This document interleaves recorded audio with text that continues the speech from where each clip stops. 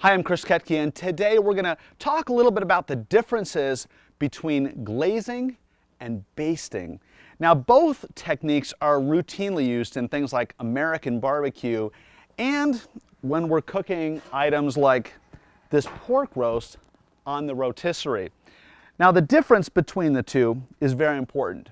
And the first liquid I have over here, this is a basting liquid, and what I've done here is basically 50% orange juice, 50% beer, more or less, and you can see that it's very liquidy.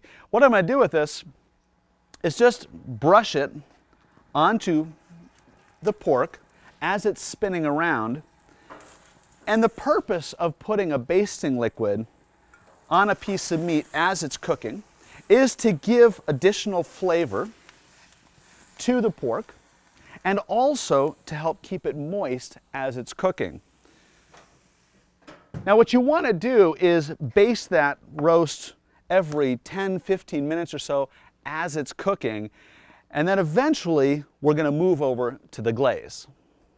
So our pork roast has been cooking beautifully over here. We've been basting it from time to time, and now it's just about done, and it's time for the glaze. What a glaze is a very different liquid than the basting liquid. You can see, look at how thick and viscous this is.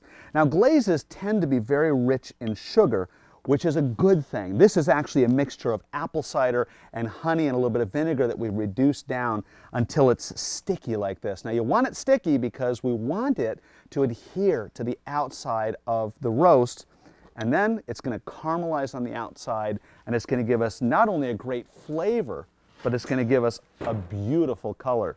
And now we can go ahead and put on that glaze. Oh, that roast is beautiful. And you can see how sticky that glaze is because we want it to adhere to the meat.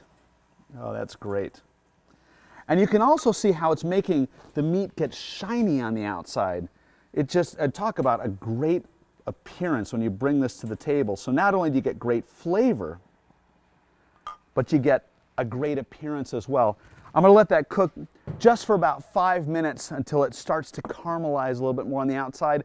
I may decide to put a little bit more glaze on or not, and then it should be ready to serve. I can smell that the pork roast is done. Let's take a look. Oh, that is a work of art. You can see the glaze is just stuck to the outside, and the color and the smell, it's perfect. Let's go ahead and turn off the motor there and take this off of the grill, and look at that. That is about as near a perfection as I can imagine. Now, very important, before you slice into this pork loin, you want to be sure to let this rest for a good 10 or 15 minutes, then slice it up, and that is going to be one great dinner. For this recipe and for more tips on barbecuing, go to betterbarbecueblog.com.